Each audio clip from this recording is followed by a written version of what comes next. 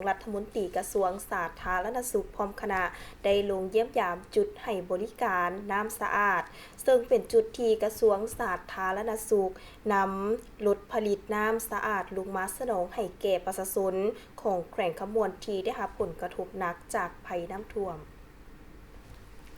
ท่านนางใบคำคัตถิยากรรมการศูนย์กลางภาครัฐมนตรีกระทรวงสาธารณสุขพร้อมคณะได้ลงเยี่ยมยามจุดให้บริการน้ำสะอาดซึ่งเป็นจุดที่กระทรวงสาธารณสุขนำรถผลิตน้ำสะอาดลงมาสนองให้แก่ประชาชนของแขวงขมวนที่ได้รับผลกระทบหนักจากภัยน้ำท่วมการลงพื้นที่ในครั้งนี้เพื่อติดตามสภาพการให้บริการน้ำสะอาดพร้อมทางรับทราบสภาพความต้องการของประชาชนที่ยังคงได้รับผลกระทบจากภัยน้ำท่วมโดยเฉพาะปัญหาน้ำสะอาดสำหรับการดื่มและการนำใช้ในชีวิตประจำวันกระทรวงสาธารณสุขได้นำรถผลิตน้ำสะอาดเข้าไปสนองน้ำให้แก่ประชาชนที่ประสบปัญหาขาดแคลนน้ำสะอาดเนื่องจากแหล่งน้ำและระบบน้ำบางส่วนได้รับผลกระทบจากน้ำท่วมซึ่งจากการรายงานทีมงานของวิชาการของศูนย์น้ำสะอาดและอนามัยสิ่งแวดล้อมกระทรวงสาธารณสุขให้รู้ว่าในวันที่17 สิงหาคม 2026ได้ผลิตน้ำให้กับ2เมือง5บ้านเช่นบ้านผาแดงขออภัยท่านผู้ชม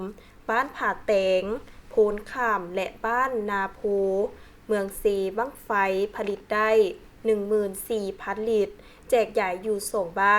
นแก้งเป๋และบ้านทาโคในวันที่18-19 สิงหาคม 2026อยู่5บ้านของเมืองเซบั้งไฟปริมาณน้ำที่ผลิตได้ 34,000 ลิตรแจกจ่ายอยู่5บ้านแก้งเป๋บ้านทำลายบ้านส้มบ้านกุกและบ้านนาพอกทาซึ่งจำนวนประชากรทั้งหมดของบ้านนายาง 1,764 คนหญิง846คนมี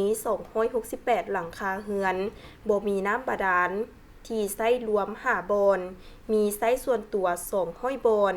และน้ำสร้าง1บ่อที่ได้รับความเสียหายซึ่งกระทรวงสาธารณสุขจะสืบต่อผลิตและสนองน้ำสะอาดให้แก่ประชาชนที่ยังคงได้รับผลกระทบจนกว่าสถานการณ์จะกลับคืนสู่ภาวะปกติเพื่อให้ประชาชนมีน้ำสะอาดสำหรับดื่มและนำใช้อย่างเพียงพอ